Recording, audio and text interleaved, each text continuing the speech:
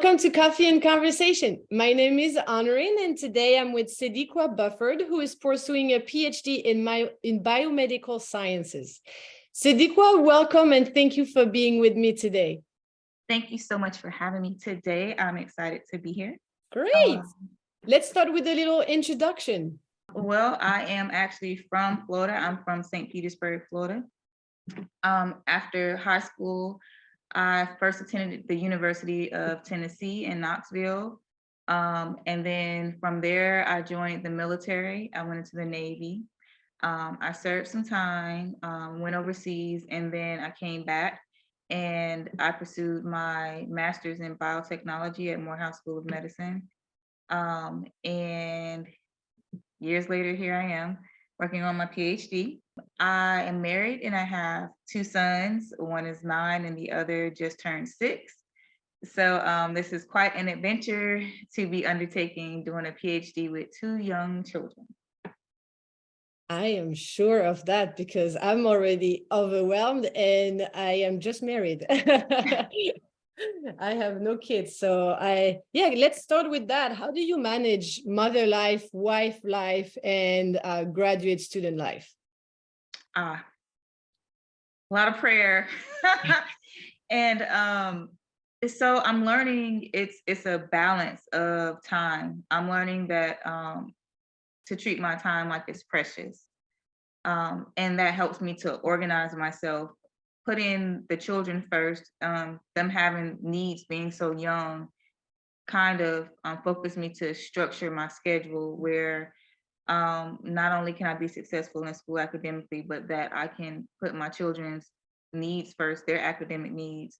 And as well as being a wife, I still have to make time for my spouse. So I give myself like short goals, like medium type goals, and then my long-term goals, like yearly goals. And at this point, I'm learning to give myself grace, right? Because some of the deadlines that I initially started out giving myself, I think was a little bit too stringent for the program that I'm in. The biomedical sciences program here is pretty competitive and it requires a lot. So I'm in the lab 6-7 hours a day, and then I still have our academic courses. So on top of that? On top of that, yeah. So, but it's really manageable. And being frank about it, I think after the first 2 weeks, I thought I couldn't manage it, but the faculty and staff are very supportive. And I've been able to just go and speak to my advisors, and they actually offer resources that can help you like manage your time. So I have gone to some resources that are in the College of Medicine, and to learn how to structure my time a little bit better, and to kind of shy away from such firm timelines and do more soft timelines to give myself grace, and that way spend more time with my family. So yeah.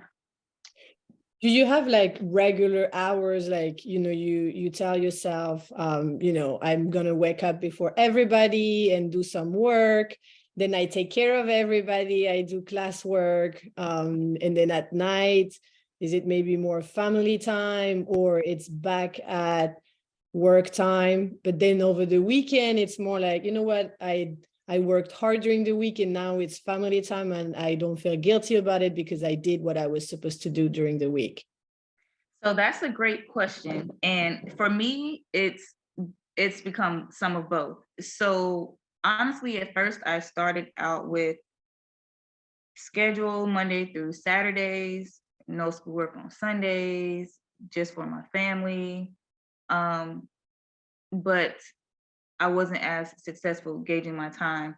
So currently, the way I'm working is I get up at 4:35, and then I study until it's time to get the children up at 6:30, get them ready, get us all out the door. And then although classes, they don't start to 9:30, sometimes 10, I go to my cubicle and I study or I do homework until class. So I actually treat my time in the PhD program like a job. So like I'm there from 8 to 4, sometimes 4:30, Monday through Friday, period. If I don't have class or I don't have to be in the lab, I stay and study. And that gives me a little bit of latitude to spend more time with my children. And they have homework. So yeah, so like I can't afford to not have some kind of timeline because I have to still be accountable to the children. So that helps when I get home. It's family time. We have a routine. And after we have family time, everybody's in the bed. And they usually sleep by 9. Then I go back to homework to 11, 12, sometimes 1. Uh, yes, but I What do you completely do no sleep? work on Sundays. On Sundays, and I have a great husband who is really helping a lot. My parent told me it's okay. She's one of the biggest things my grandmother raised me. The biggest thing she told me right now is to understand that everything doesn't have to be perfect at home. Like washing clothes 3-4 times a week, always cleaning the living room up, putting every single toy up every night. Like and that's been very helpful. We're by no means like not clean, we're very clean. But like instead of me running behind my boys and saying, clean up behind them because it's just easier for me to do it than them, I will say, hey son, put your toys up before we go to bed. So it's also giving them a little bit more accountability because I have to be more tight with my time. Well, that's good. It's good for them to learn to clean after themselves, because when they are big boys living by themselves, they need to know that they have to clean after themselves. That's right. Absolutely. Yeah. Would you say that your military experience gave you the discipline to be able to manage everything? Yes, absolutely. Skills that I've learned while active duty have actually transitioned a lot into my civilian life. And I feel like that there are some key milestones that have helped me be successful in civilian life. Time management, very critical. Understanding how to operate and deal with situations when you're stressed, or learning how to handle situations that come up at the last minute when you don't have an initial plan for them. Those things have been very helpful in my transition back into school. And I can't speak enough about the time management and the discipline portion of it. Knowing how to get up at 4 o'clock in the morning and go to PT, working sometimes 12-hour shifts and coming home and, seeing your family go to bed, get back up and do it again because, well, those are your orders from your, chain of command. So those have carried over with me into the civilian world, and they're definitely helping me adjust to being in the PhD program. How long were you in the Navy for? 6 years. Ooh, okay.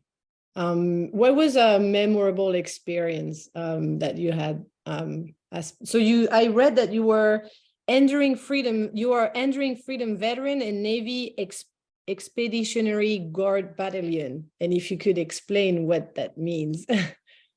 So I entered in 2005, a couple of years after, post 9/11 and the world of buildings. And true story, when I actually joined the Navy, I knew about what was going on, but I really didn't have a concept of the seriousness of war, of the whole situation, how big it was. I went because I wanted to continue my education, and I didn't have the means to pay for it on my own. So I figured, hey, go to the military, do my 4 years, get out, and get my master's degree or become a doctor, whatever I wanted to do. Had no idea how it actually worked. So I enlisted, and I went in under the assumption that I was going to become an officer.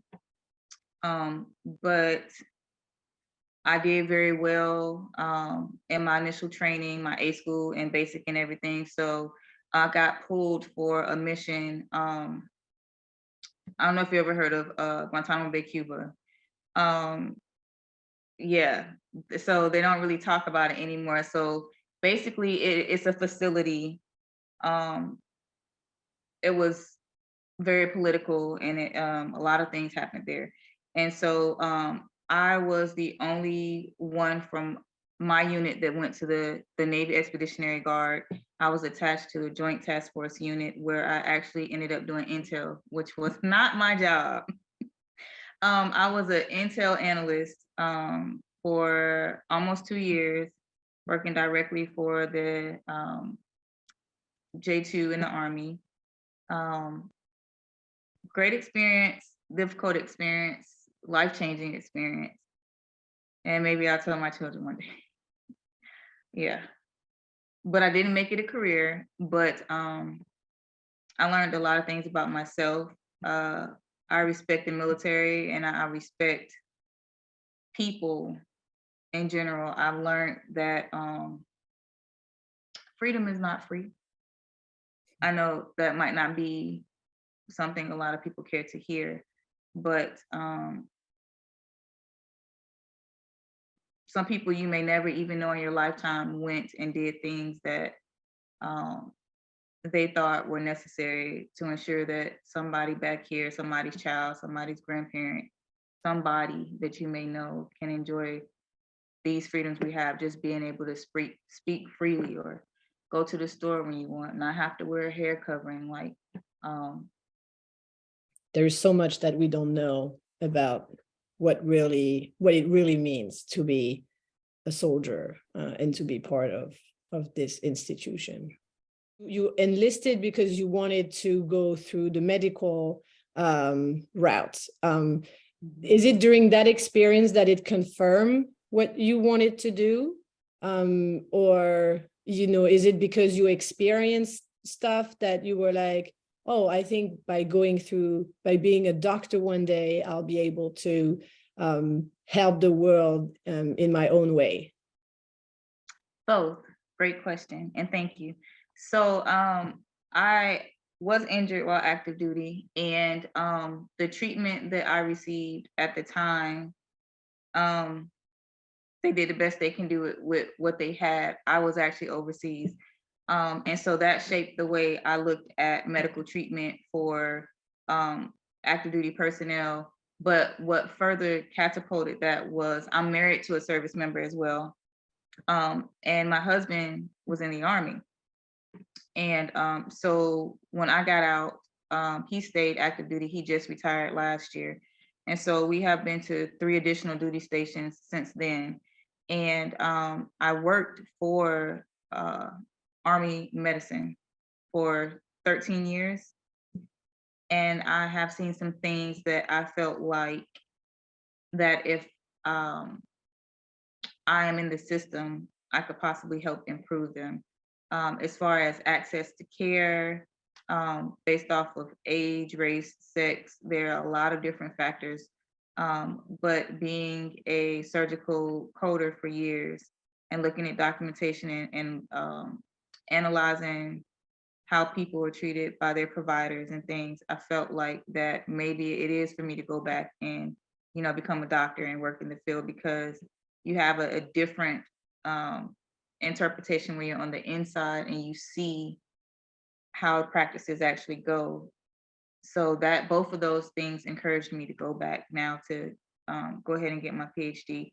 My personal experiences while active duty with my medical trials, and then actually working in the medical system for the Army for over 10 years.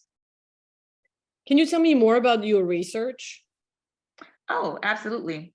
So prior to coming here at Morehouse School of Medicine, I studied tumor biology and breast cancer I was United Negro College Fund Biomedical Scientist Award recipient, where I did 2 years with Dr. Kevin Gardner and Gardner Labs at Columbia University Medical Center out of New York, really focusing on just tumor biology, in particular glycoproteins, and the efficiency of chemo treatments and how they interacted based off of a female's ethnicity. I focus more on triple negative breast cancer, which is the most aggressive breast cancer, and unfortunately has a probability of coming back twice as many times to a woman of African ethnicity or African Latin ethnicity versus European descent. And so the biggest question in the Cancer Association right now is why? So they're really targeting and trying to figure out exactly how to create biomarkers by studying different tumor biologies with the effort to develop a different chemotherapy treatment. And so before I started at FSU, we were able to publish 2 papers. They are still continuing their research. And then I still participate with the lab, but I'm no longer a member because I'm here at FSU now. And so in our program at FSU, I'm currently working in Dr. Pinto's lab. Dr. Jose Pinto focuses on heart diseases. And so right now, yes. So to me, this is important because in America, the highest death rates for medical diagnosis are heart disease and cancer. So first, I kind of was thinking like, oh, how can you go from cancer to heart disease?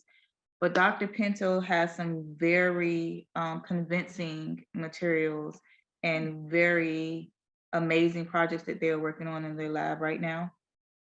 So I'm excited to be joining their lab and working with them, where I will actually continue to focus my particular studies on health disparities and how the work that I do on the bench side can be translated into the clinical aspect to help close the access to care deficit for minorities, whether female, African American, Latino.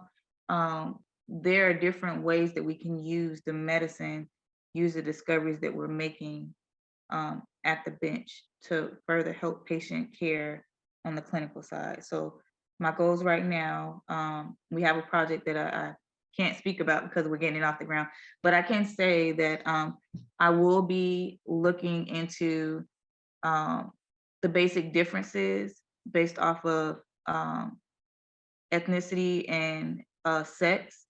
But from there, we're going to be looking at some particular variables to see if we can pinpoint particularities that will show visual differences in the heart structure, and how we can use that to diagnose patients sooner, or how we may be able to create a preventive measure. Wow, such a purposeful and good project, you know. That's, yeah, I'm always fascinated when I hear projects from the medical school, because you guys are working on some incredible stuff. Thank you. I feel very grateful and blessed to be a part of the program. And then with that, you know, with that degree at the end and that research project finished, what is your goal afterwards? Do you want to go back into the Navy or Army or one of those, but more on the medical field and not on, or maybe on the research field? Or will you want to stay in more in academia, but using your connection in the Navy to still participate in the conversation? Great question. So I would actually like to go back and work for the department, the military, either the Department of the Army or the Navy. Right now, they're all, the medical services are transitioning to this thing called Defense Health Agency. And I would love the opportunity, God willing, to be able to work for the Defense Health Agency as having a seat at the table as a clinical research scientist, where we can work on getting like working on better protocols, developing different biomarkers that cannot just be used for the military, but that can be used for everybody. I feel like that military medicine depending on the location, they have more advanced technology. And so I would love to be able to access the additional advanced technology to further studies after I finish with my PhD. And hopefully just, if I don't do anything but leave a blueprint in this world for the next scientist to pick up, or if, you know, by God's grace, I discover something significant that can help humankind, you know. Mhm. Yeah. Great. Well, thank you so much for sharing your experience, sharing your aspirations, sharing your background. It was a pleasure to get to know you better and to hear more about you. Thank you so much. It was very nice to meet you, and I appreciate you taking the time out to interview me.